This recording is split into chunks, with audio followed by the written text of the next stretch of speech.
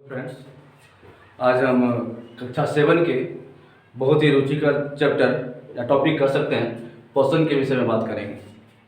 पोषण, जिसको हम अंग्रेजी में न्यूट्रिशन कहते हैं, इसका मतलब क्या होता है? सीधा अपने क्षेत्रीय भाषा में इसको बोल सकते हैं, पोषण मतलब पोषाना। एक जीव को जीने के लिए उसे भोजन की जो जरूरत होती है, उसको किस तरीके से प्राप्त करता है, वो सारी प्रक्रियाएं पोषण कहलाती हैं। भोजन को प्राप्त करने के दृष्टिकोण से हम जीवों को दो कैटेगरी में रख सकते हैं, एक स्वपोषी पोषण और दूसरा विषमपोषी पोषण। स्वपोषी पोषण को अंग्रेजी में जैसे लिखा हुआ है ऑटोट्रॉफिक न्यूट्रिशन कह सकते हैं, जबकि विषमपोषी पोषण को हेटेरोट्रॉफिक न्यूट्रिशन कह सकते हैं। स्वपोषी पोषण क्या है, इसको थोड़ा सा एक लाइन में समझ सकते हैं। स्वपोषी पोषण ऐसे पोषण जिसमें जीव अपना भोजन स्वयं से बना लेते हैं, केवल प्रकृति के सहारा लेकर अपना भोजन बनाते हैं। जैसे हरे पादप को जीने के लिए जो भोजन की जरूरत होती है वो स्वयं से तैयार कर लेता है, क्योंकि इसमें क्लोरोफिल पाया जाता है।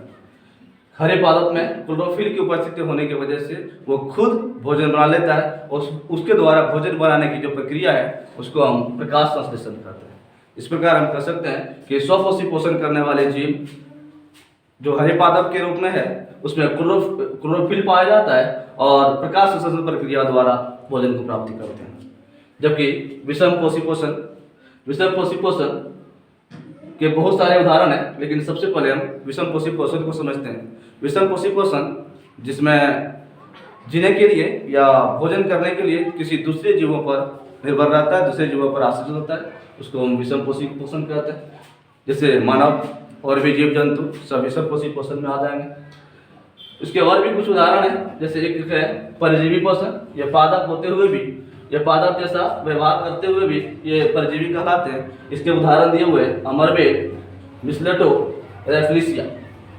अमरबेल ये भी एक तरह का पौधा है, लेकिन ये खुद अपना भोजन नहीं बनाते। जैसे कि स्वपोषी पोषण में बताए थे कि क्लोरोफिल रहने की वजह से हरे पादप क्या करते हैं, प्रकाश संश्लेषण प्रक्रिया कर अपना भोजन बनाते हैं, इसलिए स्वपोषी पोषण कहलाता है। लेकिन यहाँ हम अमरबेल इसकी बात करें तो यह विषमपोषी पोषण की कैटेगरी में आता है। क्यों? क्योंकि ये अपना भोजन खुद नहीं बनाते। ऐसे जो पौधे दिख रहे हैं अमरबेल, मिसलेटो, रेफ्लिसिया, ये सब जो है ये किसी न किसी तरह पेड़ के साथ अटैच रह के पेड़ के द्वारा, हरे पादपों के द्वारा तैयार किया गया भोजन को अवशोषित कर लेता है। जैसे अमरबेल की बात करें या मिसलेटो की बात करें, ये पेड़ पौधों के तना में मौजूद रहते हैं, तना में रह के और उससे वो भोजन लेते हैं, इसलिए इसको अमरबेल और मिसलेटो को तना परजीवी कह सकते हैं। जबकि अगला एक है रेफ्लिसिया, ये भी परजीवी की श्रेणी में आता है। ये जड़ परजीवी कहलाता है, क्योंकि ये पेड़ के जड़ में रहकर वह जड़ से भोजन को अवशोषित कर लेता है। इसके अतिरिक्त और भी बहुत सारे विषमपोषी के पोषण के उदाहरण है, जैसे मृतजीवी, कीटभक्षी पोषण, सहजीवी पोषण। इन सारे पोषण के बारे में अब नेक्स्ट वीडियो में बात करेंगे। फिलहाल इतना हम इसको ध्यान में रखें।